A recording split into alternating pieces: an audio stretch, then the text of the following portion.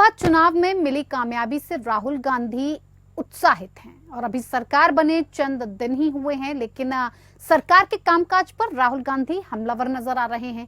कांग्रेस सांसद राहुल गांधी ने नीट मामले से लेकर ट्रेन दुर्घटनाओं तक पर सरकार को घेरा है। राहुल ने ये कहा है कि प्रधानमंत्री मोदी मनोवैज्ञानिक दबाव में आकर बैकफुट पर हैं। काम करने की बजाय नरेंद्र मोदी अब अपनी सरकार बचाने में व्यस्त हैं। राहुल गांधी ने इसी के साथ एनडीए राज के पहले 15 दिनों की 10 कमियों को भी गिना दिया। अब सवाल यह है कि कहीं ये राहुल की प्रधानमंत्री मोदी पर मनोवैज्ञानिक दबाव बनाने की रणनीति तो नहीं, ये राहुल का आत्मविश्वास है या ये अति आत्मविश्वास में बदल चुका है? ये भी एक बड़ा सवाल खड़ा हो रहा है। इसी विषय पर हम आज चर्चा करेंगे, खास मेहमान भी जुड़ेंगे, लेकिन उससे पहले एक रिपोर्ट पेश है।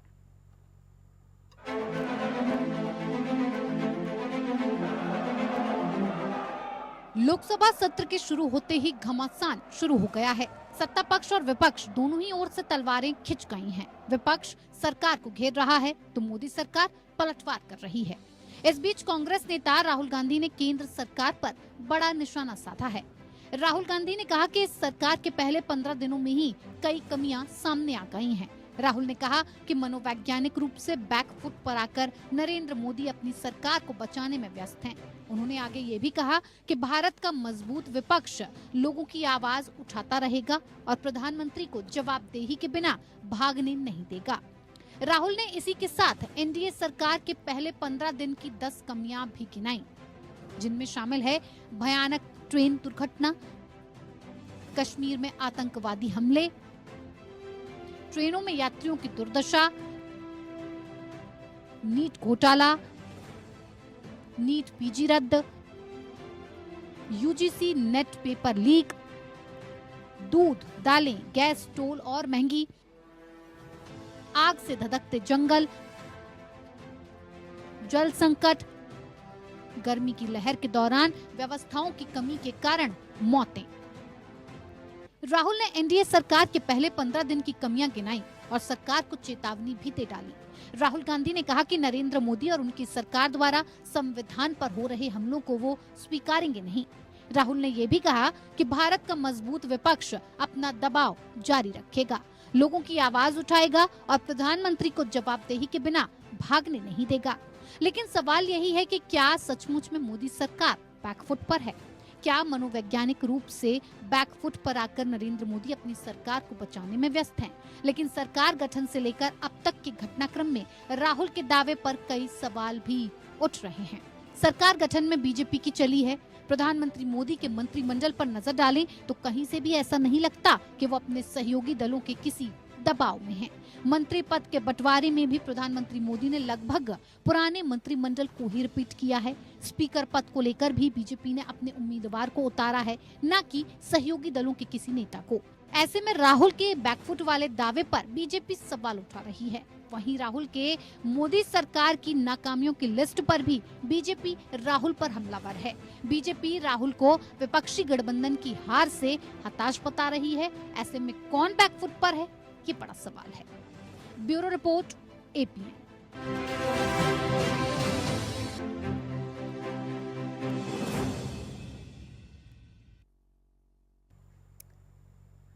तो अब राहुल गांधी इस बात का दबाव बनाने की कोशिश कर रहे हैं, मनोवैज्ञानिक रूप से नरेंद्र मोदी पर ये आरोप लगा रहे हैं कि नरेंद्र मोदी साइकोलॉजिकल अपनी सरकार को बचाने में व्यस्त हैं। उन्हें सरकार गठन से लेकर अब तक के घटनाक्रम को लेकर राहुल ने अपने दावे में 10 से ज्यादा कमियों को गिना दिया है कि किन किन मुद्दों पर मोदी सरकार फेल नजर आई है और इन 15 दिनों में जिस तरह से उसकी कमियां नजर आई हैं, कहीं ना कहीं मोदी सरकार बैकफुट पर नजर आ रही है। अब किनके दावों में सच्चाई है? राहुल गांधी या ज्यादा आत्मविश्वास में भरे हुए हैं या फिर ये कॉन्फिडेंस ओवर कॉन्फिडेंस में बदल गया है? इसी पर बातचीत करेंगे। खास मेहमान हमारे साथ जुड़ गए हैं, जिनसे मैं आपका परिचय करवा देती हूँ। हमारे साथ शांत प्रकाश जाटव जी हैं, नेता भारतीय जनता पार्टी से जुड़ गए हैं। बहुत स्वागत है शांत प्रकाश जी आपका इस कार्यक्रम में। और डॉक्टर सुमित गर्ग हैं, प्रवक्ता कांग्रेस से, वो भी हमारे साथ जुड़ गए हैं। आपका भी बहुत स्वागत है। शुरुआत शांत प्रकाश जी आप ही से कर लेती हूँ।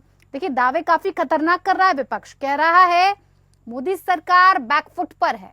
क्या सचमुच मोदी सरकार फिलहाल बैकफुट पर है? मेंटली मोदी सरकार खुद को डिफेंस करने के लिए सोच रही है?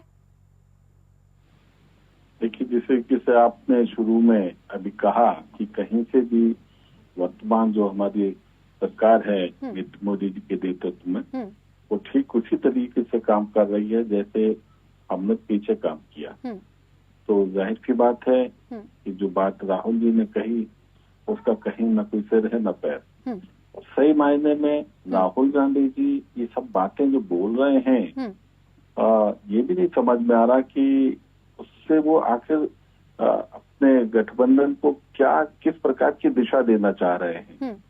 आप ठीक है 99 की सीटें आप लेकर के आए हैं, बड़े घटक हैं, तो स्वाभाविक बात है एक मैच्योर भाषा का इस्तेमाल करना चाहिए। मैं ये नहीं कह रहा कि आपको सरकार के साथ चलना है, मगर सरकार के अगर आपने सरकार का विरोध करना है तो उसके लिए एक अच्छा खाका तैयार करें, अच्छी टीम तैयार करें, और मैं समझता हूँ कि अच्छे तरीके से जो है विषय को रखें। ये भ्रामक जो भ्रमित करने वाली बातें, स्टेटमेंट देना, सबको दिखाई दे रहा है कि पूर्ण बहुमत है, कहीं से किसी प्रकार का कुछ भी दबाव तो छोड़ो, कुछ इस प्रकार की कहीं किसी के चेहरे से भी नहीं नजर आ रहा कि कहीं भी इस प्रकार की वो उठापटक का तो कुछ। क्यों विपक्ष इस बात को कह रहा है कि आप अपनी सरकार बचाने में इतना व्यस्त हैं कि आपको ये जो 15 कमियां गिनाई गई हैं इस पर आपका ध्यान आकर्षित ही नहीं हो रहा है? कौन सी 15 कमियां हैं? भयानक ट्रेन दुर्घटना से लेकर कश्मीर में आतंकी हमले, ट्रेनों में यात्रियों की दुर्दशा, नीट घोटाला, नीट पीजी रद्द, यूजीसी नेट पेपर लीक, दूध दालें गैस दालें, तमाम चीजें महंगी हो गई हैं, बेरोजगारी बढ़ रही है, आग से धधकते जंगल नहीं दिखाई दे रहे हैं, जल का संकट दिल्ली का आपको दिखाई दे रहा है, और गर्मी इतनी भयानक पड़ी कि उसमें आपकी व्यवस्थाएं ठप नजर आई। ये जो सारे बिंदु बताए गए हैं उन सब चीजों के लिए उससे संबंधित विभाग और मंत्रालय कार्य कर रहे हैं। ऐसे में यदि वो कार्य ना कर रहे हो या वो काम जो है उनकी पकड़ में ना आ रहे हो तो उस बात को एक बार माना जा सकता है कि कहीं ना कहीं जो है थोड़ा जोर ज्यादा लगाना पड़ रहा है व्यवस्थाओं को व्यवस्थित करने में। मगर सब चीजें जो है, ये देश 140 करोड़ लोगों का देश है और तमाम इस प्रकार की घटनाएं होती भी रहेंगी और उसका निवारण भी होता रहेगा, मगर इसके कारण से सरकार खतरे में, ये बात कहाँ पे? नहीं तो हमारे सभी मंत्री जो हैं बहुत बेहतर तरीके से उस काम को अंजाम दे पा रहे हैं। बैकफुट पर नहीं है भारतीय जनता पार्टी। क्यों बैकफुट किसे कहते हैं? हाँ। बैकफुट क्यों? बैकफुट का क्या मतलब है? हाँ। नहीं है ना सर। बैकफुट पर तो तब होता है जब आप काम कर रहे हो, उसका परिणाम ना निकल रहा हो। ठीक है। तो मुझे नहीं लगता कि उनकी जो बात है वो कहीं से जो है ठोस है। जो भी घटनाएं आपने मुझे अभी गिनाई उन सब पर जो है सरकार पूरी तरीके से नियंत्रण कर रही है और नियंत्रित है सब चीज। चलिए सुमित गर्ग जी, क्यों आपको लग रहा है कि सरकार बैकफुट पर चली गई है? अब तो राहुल गांधी के दावे पर ये सवाल उठ रहा है कि जिस तरह से सरकार चल रही है, अगर आप प्रधानमंत्री मोदी के मंत्रिमंडल पर आप एक नजर डाल लें तो कहीं से ऐसा लगता नहीं है कि अपने सहयोगी दलों के वो किसी भी दबाव में हैं, क्योंकि पुराने मंत्रिमंडल को ही रिपीट किया गया है। स्पीकर पद को लेकर भी बीजेपी ने अपने ही कैंडिडेट का नाम उतारा है, तो कहीं से भी ऐसा तो नहीं लगा कि सहयोगी दलों ने किसी भी अपने नेता का नाम कहा हो। ऐसे में राहुल गांधी क्यों कह रहे हैं कि भारतीय जनता पार्टी बैकफुट पर है? क्या साइकोलॉजिकल गेम खेल रहे हैं राहुल गांधी? वक्ता जी नमस्कार। जी नमस्कार। वक्ता जी, देश संविधान से चलता है, मर्यादाओं से चलता है, परंपराओं से चलता है।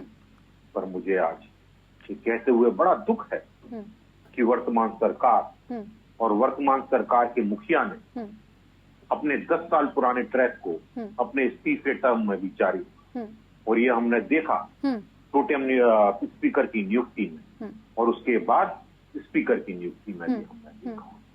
वो इसलिए है, जो आप बात कर रहे हैं, आज का टॉपिक है कि सरकार बैकफुट पर है, ये सब इसीलिए हो रहा है। इसके पीछे डर है। किस बात का? भविष्य का डर। किस बात? मैं वही एक्सप्लेन कि इनको स्पीकर भी अपना चाहिए, इनको डिप्टी स्पीकर भी अपना चाहिए। वो इसलिए चाहिए कि इनको डर है। ये परंपरा देश की जिंदा नहीं रखना चाहती, लेकिन अपना भविष्य बनाए रखना चाहती। इनको लगता है कि कहीं ना कहीं ऐसा हो सकता है कि जिस तरह से इनका जो काम करने का तरीका या इनका जो चुनाव में जिस तरह से इन्होंने घोषणाएं करी, इनका मैनिफेस्टो था अक़लियतों को लेके, मुसलमानों को लेके और लोगों को लेके, उनसे इनके जो साथी दल हैं बिल्कुल एक दक्षिण और उत्तर ध्रुव की तरह है। वो इनकी बिल्कुल विपरीत बात करते हैं। इनको लगता है कि भविष्य में हो सकता है कि हमारी कोई इनसे बात खराब हो जाए और उस वक्त सरकार गिरने की नौबत ना आए, सरकार बचाने के का डर इनको लगता है, इसलिए इनको चाहिए।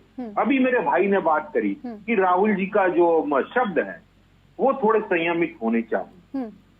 वक्ता जी, इस देश ने सुना मंगलसूत्र, मुसलमान, मुजरा, अरे भाई ये शब्द कहने वाले की पार्टी के अनुयायी मुद्दे से मत भटकिए सुमित जी, मुद्दे से मत भटकिए। मैं मुद्दे पे हूं मैडम, मैं मुद्दे पे हूं। ये सब बातें चली गई, अभी की बात कीजिए सर। अपना क्या होता है, अपना क्या होता है? नहीं, ये अपना स्पीकर क्या होता है? सब आपस में इंटरलिंक है। सत्ता पक्ष का नहीं, स्पीकर सदन का होता है या अपना पराया होता है? सदन के लिए काम करेगा या सत्ता पक्ष और विपक्ष के लिए काम करेगा? मैं वही कह रहा हूँ गप्ता जी, वही कह रहा हूँ। आज तक इस देश के इतिहास में यही होते आया है। हाँ। जब ये 100-125 के आसपास जब भी रहे, तब भी हमने इनको उपाध्यक्ष का पद दिया। जब ये बिल्कुल नहीं थे तो आदरणीय जवाहरलाल नेहरू जी ने अपने सांसद से इस्तीफा दिलवा के वाजपेयी जी को उनकी जगह लेके सदन में लेके आए कि प्रतिपक्ष ही रहना चाहिए। तो इसके लिए तो आप बार्गेन कर रहे हैं, विरोध नहीं मानते। अब क्या सदन में बैठने के लिए भी बार्गेनिंग चलेगी? ये क्या चल रहा है? सत्ता पक्ष हो या फिर विपक्ष हो? वक्ता जी, बार्गेनिंग का सवाल ही नहीं है। हाँ, ये देश की परंपराओं का सवाल है, इस देश की मर्यादाओं का सवाल है। हम यही चाहते हैं कि जो बात करके राजनाथ सिंह जी खड़गे साहब से करके गए, उन्होंने कहा कि मैं प्रधानमंत्री से बात करके फोन करता हूं, उन्होंने फोन वापस नहीं किया। तो कहीं ना कहीं इस देश की परंपराओं को बनाए रखने के लिए जो बातचीत थी वो प्रधानमंत्री जी के रहते टूटी है। तो इसलिए मेरे नेता कह रहे हैं कि देश के प्रधानमंत्री को, मैं इसलिए कह रहा हूं, इसलिए मेरे नेता कह रहे हैं कि इस देश के प्रधानमंत्री को केवल अपनी चिंता है। उन्हें नहीं चिंता है कि नीट का पेपर लीक हो रहा है, उन्हें नहीं चिंता है कि यूजीसी नेट का पेपर वापस निरस्त हो रहा है, उन्हें नहीं चिंता है कि रेल दुर्घटनाएं हो रही है, उन्हें नहीं चिंता है कि 250 रुपए किलो इस देश में दाल बिक रही है, उन्हें नहीं चिंता है कि इस देश में जंगल जल रहे हैं, उन्हें नहीं चिंता है कि देश में गर्मी में इस देश की जनता का कंठ सूखा है। आपको ये कैसे पता कि इन सारे मुद्दों पर मेरा नेता कहता है कि ये सुनिए तो नहीं, इस आपको कैसे लग रहा है कि सत्ता पक्ष इन मुद्दों पर ध्यान नहीं दे रहा है, हाथ पर हाथ धरे बैठा है? आप बताइए क्या किया? हाँ, क्या किया? मैं बता देता हूं आपको। आज से पहले जब हमारी सरकारें थी, जब इस तरह के घटनाक्रम होते थे, नैतिकता के आधार पर हमारे मंत्री इस्तीफा देते थे। अरे इस्तीफा देने की बात तो दूर, इन्होंने ये तक नहीं कहा। पहले तक तो शिक्षा मंत्री जी कहते रहे कि कोई गलत नहीं हुआ है, कोई गलत नहीं हुआ है। जब आंसर शीट सामने आ गई, देश के सामने आ गई, तब वो दबे मन से स्वीकार कर रहे हैं। तो कहीं ना कहीं ये नैतिक जिम्मेदारी देश के शिक्षा मंत्री की नहीं है, लेकिन उन्होंने नहीं ली। देश के रेल मंत्री की नहीं थी, लेकिन उन्होंने नहीं ली। वो इसलिए नहीं ली कि वो उसी परंपरा को बढ़ा रहे हैं। मैं फिर कह रहा हूं कि ये देश नैतिकता पर चलना चाहिए, देश परंपराओं पर चलना चाहिए। मैं आपके माध्यम से इस देश के प्रधानमंत्री जी से अपील करता हूं कि मैं आपसे हाथ जोड़ के माननीय प्रधानमंत्री जी अपील करता हूं, इस देश को आप लोकतांत्रिक गणराज्य रहने दीजिए। इस देश को किसी भी सूरत में आप प्रेसिडेंशियल व्यवस्था की तरफ न ले जाएं। ये देश की लोकतंत्र की जड़ें बहुत मजबूत है। अगर इसको किसी ने छेड़ने की कोशिश करी तो मैं आपसे दावे के साथ कह सकता हूं कि उसकी जड़ें किसी भी सूरत में नहीं रह पाएंगी। शांत प्रकाश जी, ठीक है, शांत प्रकाश जी जवाब दीजिए सर। क्या कर रहे हैं इन कमियों को दूर करने के लिए? कह रहे हैं कि कुछ कर ही नहीं रहे हैं आप लोग। नीट का पेपर लीक हो जाता है, उस पर आप कुछ नहीं कहते हैं, तो इसलिए बैकफुट पर हैं आप। नहीं, ये सब चीजें पूछने के लिए आप कल धर्मेंद्र प्रधान जी से पूछे वो क्या कह रहे हैं, क्या कर रहा है, उन्होंने क्या नहीं करा है। वैसे धर्मेंद्र प्रधान जी डेली स्टेटमेंट दे रहे हैं। अब ये लोग नहीं पढ़ पा रहे तो भाषा तो इंग्लिश में भी आती है, उनके अखबार में खबर हिंदी में भी आती है, तो पढ़ लें। तो ऐसा ही ये कहना कि भाई कुछ नहीं कर रहे हैं, तो ये विपक्ष को ऐसा क्यों नजर आ रहा है कि आप बैकफुट पर हैं? या तो आपके सहयोगी दल कुछ न कुछ ऐसा कर रहे हैं जो साफ तौर पर ये दर्शा रहा है कि आज नहीं तो कल आपकी सरकार खतरे में है। नहीं, इनको झूठ बोलने की आदत है ना। ये केवल झूठ के सहारे तो आए हैं, जैसे तैसे थोड़ा बहुत ये 99 का फिर तैयार करके, और इस वक्त ये परेशान है। और जिस तरीके से स्पीकर की बात इन्होंने करी, इन्होंने अपने स्पीकर के लिए भी तो दावेदारी कर दी है तो क्या परेशानी है? अगर स्पीकर को आपने स्वीकार नहीं किया तो इलेक्शन होने दो, कल इलेक्शन 11 बजे हो जाएगा, उसमें जो जीतेगा वो स्पीकर बन जाएगा, तो इसमें क्या परेशानी है? ये जिस प्रकार से बोल रहे हैं कि स्पीकर के मामले में जो है, अरे जहाँ पे जिन स्टेट में कांग्रेस की सरकारें हैं वहाँ पे स्पीकर और डिप्टी स्पीकर कांग्रेस के नहीं है क्या? ये इनके जो घटक जो साथी हैं उनकी सरकारों में ममता जी की सरकार है या अन्य लोगों की जो सरकारें हैं, आम आदमी पार्टी की सरकार, तो वहाँ पर आप इतनी मनमानी कर रहे हैं इसलिए अब हमें डिप्टी स्पीकर अपना चाहिए, आपकी मनमानी रोकने के लिए जिता लेना, स्पीकर भी जिता लें, डिप्टी स्पीकर भी जिता लें, लोकतंत्र है, संविधान को लेकर के आप आए हैं तो संविधान ये कहता है कि आप अपना वहाँ पर मांगे नहीं, वहाँ पर अपने अधिकार के साथ में अपने प्रत्याशी को लड़ाएं और जीत करके उसको स्थापित करें। क्यों परेशान हो रहे हैं, मान क्यों रहे हैं? आपने स्पीकर के सामने अपने प्रत्याशी खड़ा कर दिया है, कल स्पीकर का तय हो जाएगा, उसके बाद में आवश्यकता रहेगी तो डिप्टी स्पीकर के भी इलेक्शन कर लेना। सरकार तो तैयार है ना, सरकार ने कोई थोपा थोड़ी है किसी को, निष्पक्ष रूप से कल चुनाव होगा।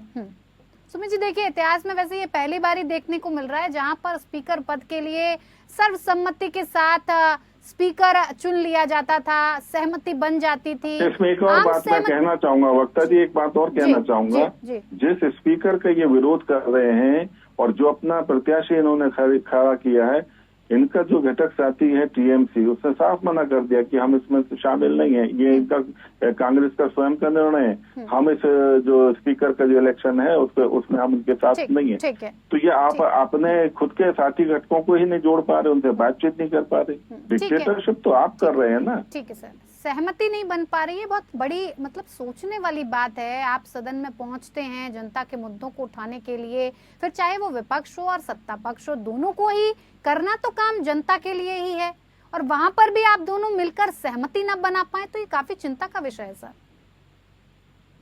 वक्ता जी, बड़े आसानी से मेरे मित्र ने ये कह दिया कि कल चुनाव हो जाने दो, बिल्कुल हो जाएगा चुनाव, होगा, वो तो तय हो चुका, लेकिन वो चुनाव नहीं होगा, इस देश की एक परंपरा टूटेगी, उसकी जिम्मेदारी बनाए रखने की किसकी थी?